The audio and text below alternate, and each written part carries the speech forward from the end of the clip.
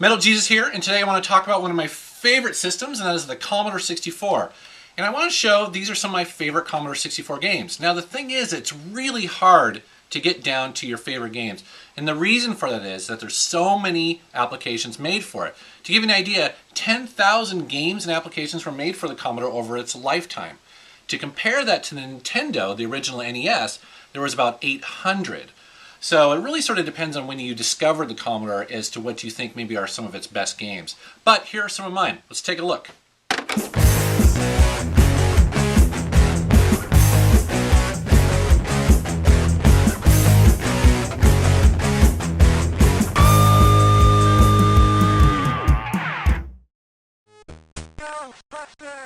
Ghostbusters was created by David Crane in 1984, and he created some of the classics for the Atari, including Pitfall, Kaboom, Freeway, Outlaw, and then also later on, Little Computer People. So I'm starting with Ghostbusters for a very good reason, and that is, it's my first game that I ever saw for the Commodore 64. I was over at this guy's house, he fires up this game, and I was blown away.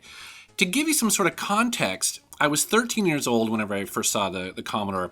And at the time, I was really used to the Atari 2600 and simple games that you would play in the arcades, like maybe Centipede or, Pac-Man, things like that. Things that were designed to eat quarters.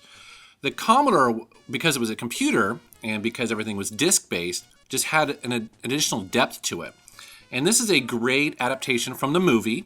Super fun. I actually ended up playing this game quite a bit for this review. I was surprised. It's not a really difficult game, but it is a lot of fun, and it captures the magic of the movie very well. So if you had a Commodore 64 back in the day, man, you probably loved the game Jumpman and its sequel, Jumpman Jr. These were fantastic platforming games back in the day, and even, they hold up today. I had a blast playing through this for the review. Now try to ignore the really basic, ugly graphics. This game is not attractive, but man, it's got it in gameplay, and it was actually really creative for the time. Essentially, you were Jumpman, and you're cruising around trying to defuse these bombs. All you have to do is really touch them. But the genius of this game is in the level design. Every single level you play through has some new element to discover or is part of the challenge. For instance, in this one here, every time you touch a bomb, it seems to remove part of the levels. These ropes, the blue ones, make you go down, and the green ones make you go up. These little things here, if they touch you, they cause you to jump uncontrollably. Things like that. It's just a brilliant game.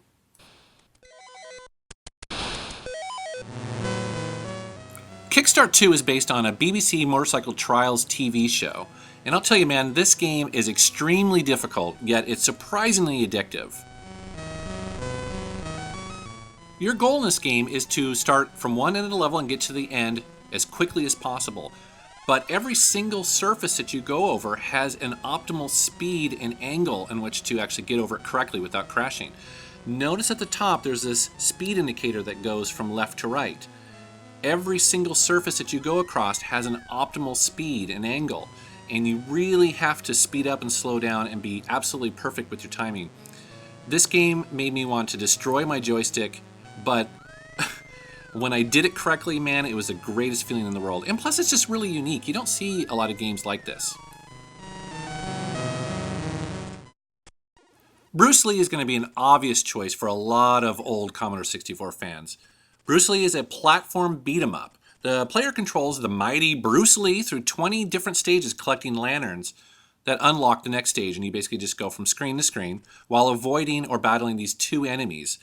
The first one's a ninja, and the second one's this green sumo guy. He's really kind of weird looking.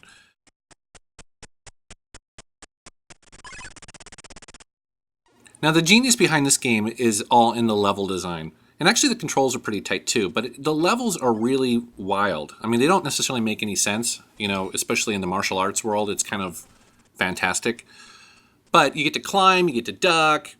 There's kind of like hidden little trapdoors to unlock. It's a really fun and interesting game. It's almost like an adventure. Now I ask you, my faithful viewer, please don't hit the stop button, because I know this is an ugly, ugly game, but bear with me for a second. This is one of my all-time favorites, even though it's hideous, and that is called Lords of Conquest, and it's based on an old board game called Borderlands. Now, this game was marketed as better than Risk. And actually, it's pretty similar to that game in a lot of respects. You defend your territory while attacking your opponents, and you'll win based on the strength of your military. You manage and grow natural resources, and then you also build cities and weapons. But man, I keep coming back to this game time and time again. Splunker is a platformer, and it kind of reminds me of a mix between maybe Pitfall and Hero. The goal of the game is to explore a cave while gathering treasure, but yet you have to keep watching out for your ever-decreasing supply of oxygen. Now, many people consider this game to be, unfairly difficult, and I would agree. I almost didn't include it in this list, but there's something really addictive about it. There's just a lot going on in these levels, and it's pretty fun and satisfying when you do beat it. Raid Over Moscow is a Commodore 64 classic. It's a Cold War action game where you play an American space pilot trying to stop a Soviet nuclear attack. Now, what makes this game a classic is that it's a shooter, but there are a ton of variety within the levels. Here you're seeing a side-scrolling shooter mission that almost reminds me of maybe Zaxxon. On this level, you're actually at the Kremlin trying to get into the nuclear facility through one of the 5 doors at the bottom there. You basically try to blow holes in it. It's random each time, but it's being protected by the Russian soldiers on the walls. And then finally, there's this really interesting level where it's sort of like Discs of Tron, where you're trying to hit a robot in the center of its eye. Another visitor. Stay a while. Stay forever. Impossible Mission may have been the most popular platformer on the Commodore 64. In this, you play a secret agent trying to stop an evil genius named Atom Bender.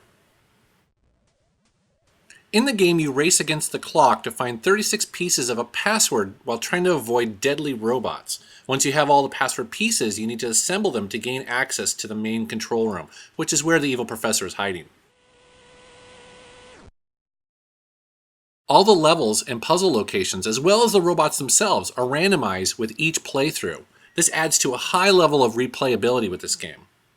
The game is also known for its digitized speech, which you heard in the beginning, was kind of a rarity in 1984. For me, this is so memorable because it just looks great. It actually controls really well. It's super tight. It's got a great visual style, and it just really stands out. It was unique then, and 30 years later, it's unique. The Mighty Space Taxi. I love this game. I actually did an entire episode dedicated just to this game. I love it so much. This is another game that hasn't really aged very well, but it's got it where it counts, and that is gameplay.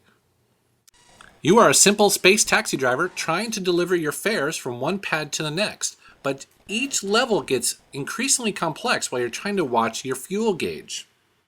What adds to this challenge are the physics that are involved in the world. It kind of feels almost like Lunar Lander, where you're always dealing with inertia and also gravity.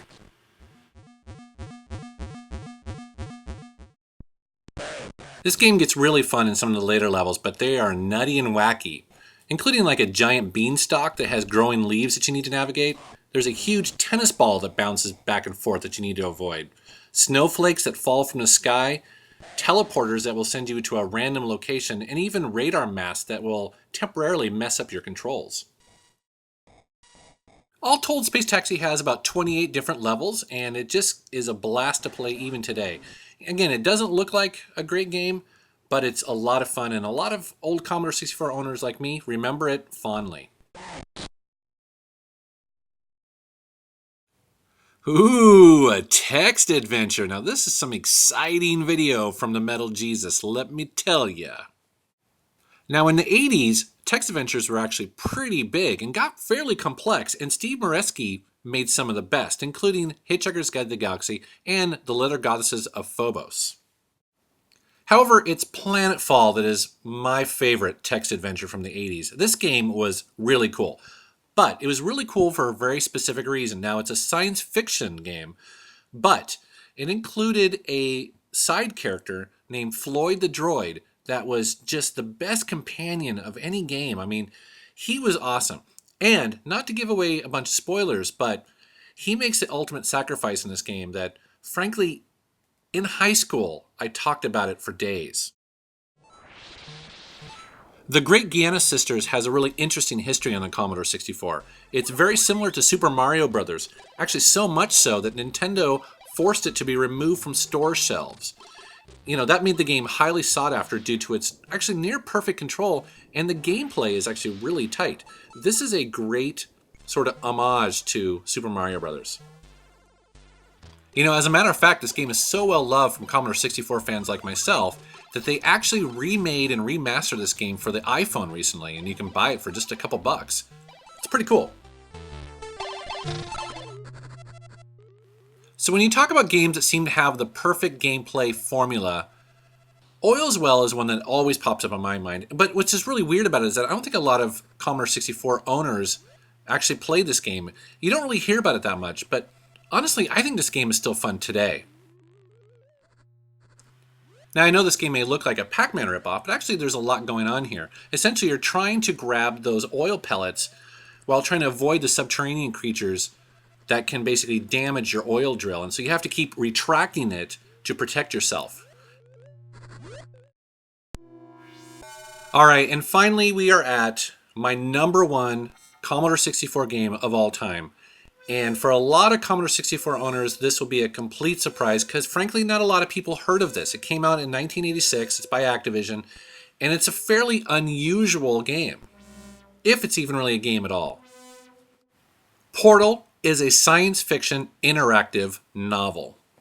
In the game, you play as an astronaut returning to Earth 100 years after you left, only to find it completely devoid of humans. Only decaying buildings and overgrown vegetation exist, except for one lone working computer terminal, which is the one you see on the screen now.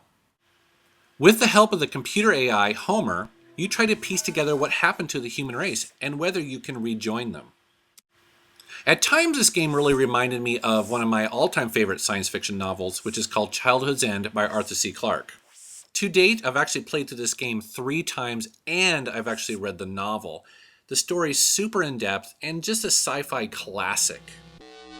Okay, well those are some of my favorite Commodore 64 games, but as you know, there are tons of great games, so as I end this video, I want to show some of my honorable mentions. Thanks for watching.